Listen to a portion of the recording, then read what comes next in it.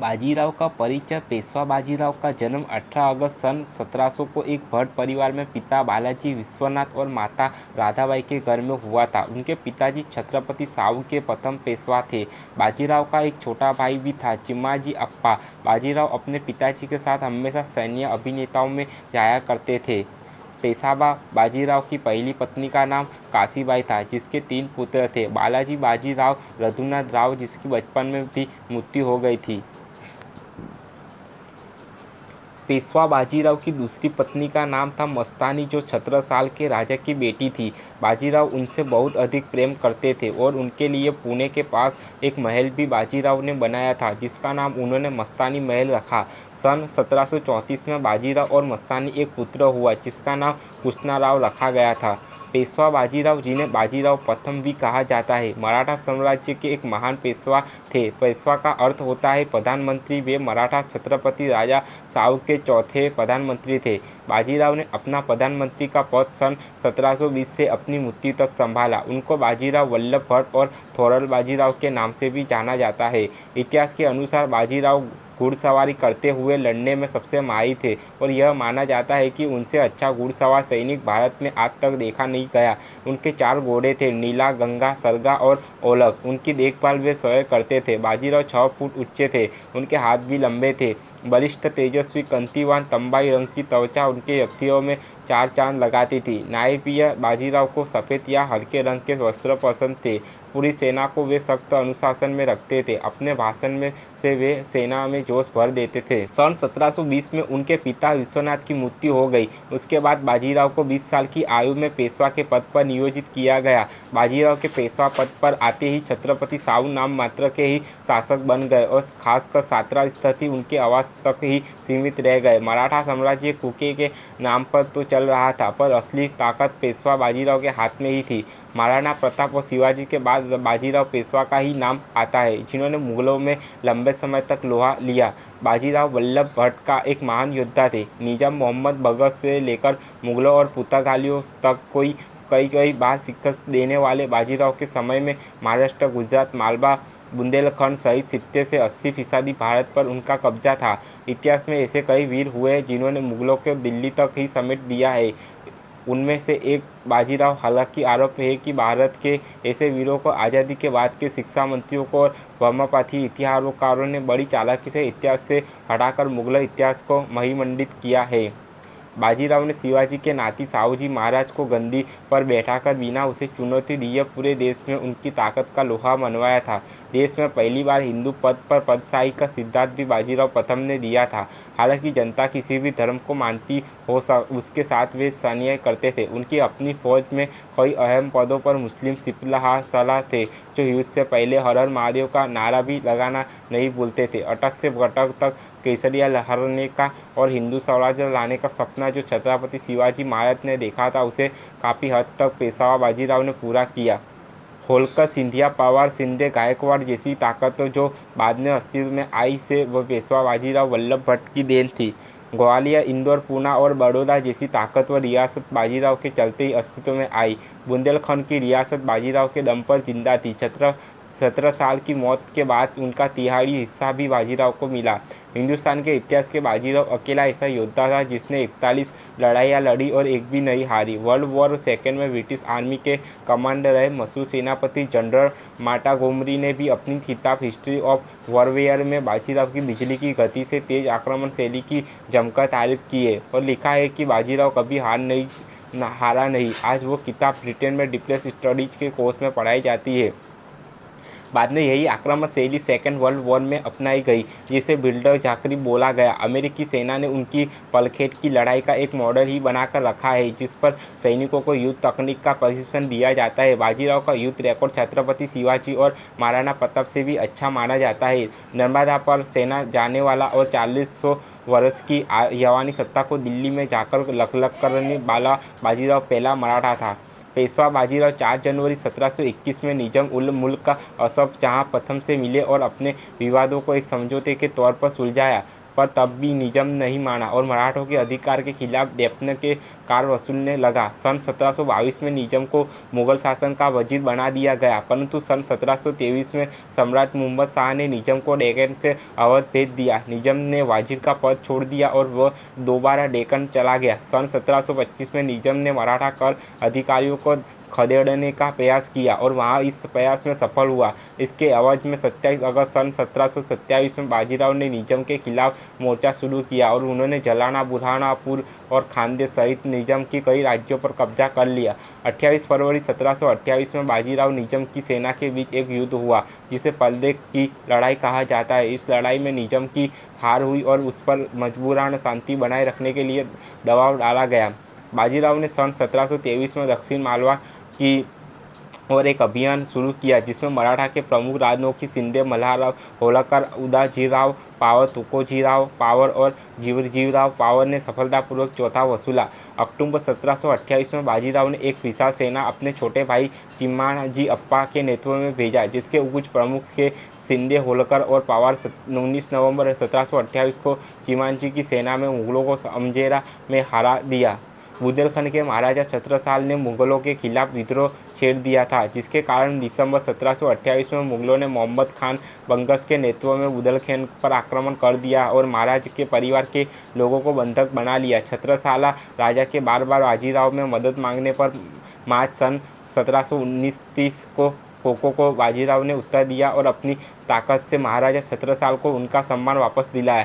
महाराजा छत्रसाल ने बाजीराव को बहुत बड़ी जागीर सौंपी और अपनी बेटी मस्तानी और बाजीराव का विवाह भी करवाया। साथ ही महाराजा छत्रसाल ने अपनी मृत्यु सन 1731 के पहले अपने कुछ मुख्य राज्य मराठा को सौंप दिया। सन 1730 में पेशवा बाजीराव ने अपने छोटे भाई चिम्माजी अप्पा को गुजरात भेजा। मुगल शासन के गवर्नर सुबुलंद खान ने गुजरात का कई इकट्ठा को मराठा को सौंप दिया। 1 अप्रैल 1731 में बाजीराव ने दाभाडे, गायकवाड़ और कदमबंदे की सेनाओं को हरा दिया और दाभोई के युद्ध में तिकमद राव की मृत्यु हो गई। 17 दिसंबर 1732 में निजाम की मुलाकात पेशवा बाजीराव से रोहे रामेश्वरम हुई, परंतु निजाम के कसम खाई कि वो मराठा के अभियानों को हस्तक्षेप नहीं करेगा। जंजीरों के सिंधी मुस्लिम राजा एक छोटा राज्य पश्चिमी तटीय भाग और जंजीर के किले को संभाल लेते थे और शिवाजी की मृत्यु के बाद से वो धीरे धीरे मध्य और उत्तर कोंकण पर भी राज करने लगा। सन 1733 में सिद्दी प्रमुख रसूल यकूत खान की मृत्यु के बाद उसके बेटों के बीच युद्धता छिड़ गया। उनके एक पुत्र अब्दुल रहमान ने बाजीराव पेशवा में मदद मांगी, जिसके कारण बाजीराव ने कान्होजी आगरे के पुत्र शेखोजी के आगरे के नेतृत्व में एक सेना मदद के लिए भेज दी। मराठाओं ने कोंकण और जंजीर की कई जगहों पर काबू पा लिया और 1733 में ही उन्होंने रायगढ़ के किले पर भी कब्जा कर लिया। 19 अप्रैल 1736 में चिम्माजी के सिद्दियों पर आक्रमण कर दिया, जिसके कारण लगभग 1500 से ज़्यादा सिद्दियों की मृत्यु हो गई थी। बाजीराव के पद पर आने के बाद मुगल सम्राट मुहम्मद शाह ने मराठों को शिवाजी की मृत्यु के बाद प्रदेशों की अधीनता को याद दिलाया। सन 1719 में मुगलों ने यह भी याद दिलाया कि डेक्कन के 6 प्रांतों से कार वसूलने का मराठों का अधिकार क्यों है। उस वक्त निजाम उल्ला मुल्का असफ प्रथम मुगल साम्राज्य का वायसराय था। उसने दफन में नया राज्य निर्माण किया और मराठों को कार वसूली के अधिकार के लिए चुनौती दी। बहुत जल्दी ही मराठी ने मालवा और गुजरात में भी प्रदेश को प्राप्त किया। 19-20 साल के उस युवा बाजीराव ने 3 दिन तक दिल्ली को बंधक बनाकर रखा था। मुगल बादशाह की लाल किले से बाहर निकलने की हिम्मत नहीं हुई, यहाँ तक कि 12वां मुगल बादशाह और औरंगजेब का नाती दिल्ली से बाहर भागने ही वाला था कि बाजीराव मुगलों को अपनी ताकत दिखाकर वापस लौट गए। ये घटना संपसली की फिल्म में नहीं है।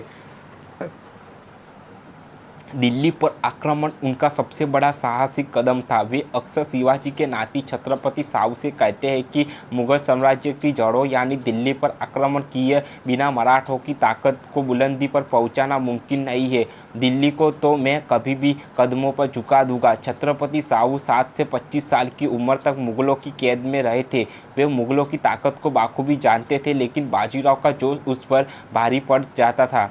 धीरे धीरे उन्होंने महाराष्ट्र को ही नहीं पूरे पश्चिम भारत को मुगल अधिपत्य से मुक्त कर दिया था। फिर उन्होंने दक्षिणा का रुख किया। दक्षिणा में निजाम जो मुगल बादशाह से बगावत कर चुका था, एक बड़ी ताकत था। कम सेना होने के बावजूद बाजीराव ने उसे कई युद्ध में हराया और कई शर्त थोपने के साथ उसे अपने प्रभाव में लिया था। इधर इन्होंने बुंदेलखंड में मुगल सिपहसालार मोहम्मद बगास को हराया। कई बार पेशवा से मत खा चुके मुगलों का हौसला कमजोर हो चुका था। 1728 से 1735 के बीच पेशवा ने कई जंगें लड़ी। पूरा मालवा और गुजरात उनके कब्जे में आ गया। बंगास निजाम जैसे कई बड़े सिपहसालार पस्त हो चुके थे।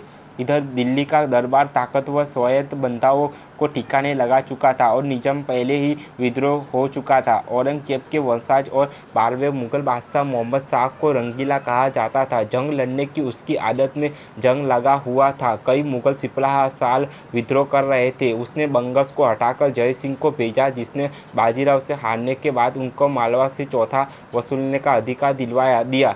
मुगल बादशाह ने बाजीराव को डिप्टी गवर्नर भी बनवा दिया, लेकिन बाजीराव का बचपन का सपना मुगल बादशाह को अपनी ताकत का परिचय करवाने का था। वो एक क्रांति पर डिप्टी गवर्नर बना के बंगस और निजाम जैसे सिपहसालारों को हराने से पूरा हुआ है।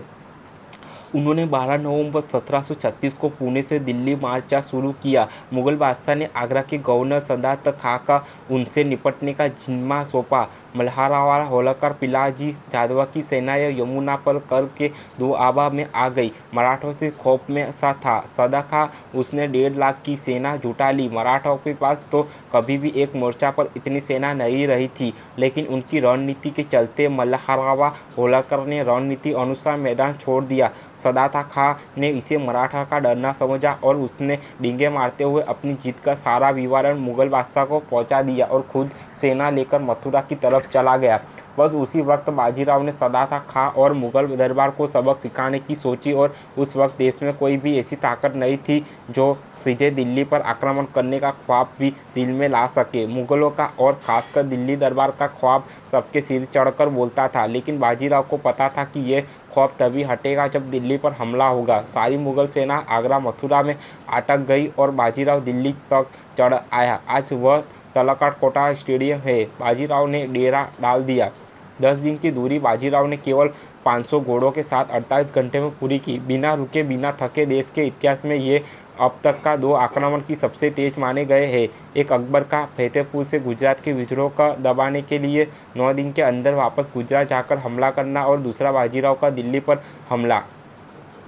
बाजीराव ने तालकटोरा में अपनी सेना का कैंप डाल दिया। केवल 500 घोड़े थे उसके पास। मुगल बादशाह मोहम्मद शाह रंगीला बाजीराव को लाल किले के इतना करीब देखकर घबरा गया। उसने खुद को लाल किले के अंदर सुरक्षित इलाके में कैद कर लिया और अमीर हसन कोका की अगुवाई से 8 से 10 हज़ार सैनिकों की टोली बाजीराव से निपटने के लिए भेजी। बाजीराव के 500 लड़कों ने उस सेना को बुरी तरह शिकस्त दिया। 28 मार्च 1737 का दिन था, मराठा ताकत के लिए सबसे बड़ा दिन। कितना आसान था बाजीराव के लिए लाल किले में घुसकर दिल्ली पर कब्जा कर लेना, लेकिन बाजीराव की जान तो पुणे में बसती थी, महाराणा में बसंती थी। वो 3 दिन तक वहीं रुका था। एक बार तो मुगल बादशाह ने योजना बना ली थी कि लाल किले के गुप्त रास्ते पे भागकर अवध चला जाए, लेकिन बाजीराव बस मुगलों को अपनी ताकत का एहसास दिलाना चाहता था। वो 3 दिन तक वहीं डेरा डाले रहा। पूरी दिल्ली एक तरह से मराठों के रहमोकार पर थी। उसके बाद बाजीराव वापस लौट गया। अपनी इज्जत गंवा चुके मुगल बादशाह रंगीला ने निजाम से मदद मांगी। निजाम दक्कन से निकल पड़ा। इधर से बाजीराव और उधर से निजाम, दोनों मध्य प्रदेश की सिरोंजी में मिले, लेकिन कई बार बाजीराव से पीट चुके निजाम उनको केवल इतना बताया कि वो मुगल बादशाह से मिलने जा रहा है, किसी युद्ध के लिए नहीं। निजाम को मराठाओं ने रास्ता दे दिया।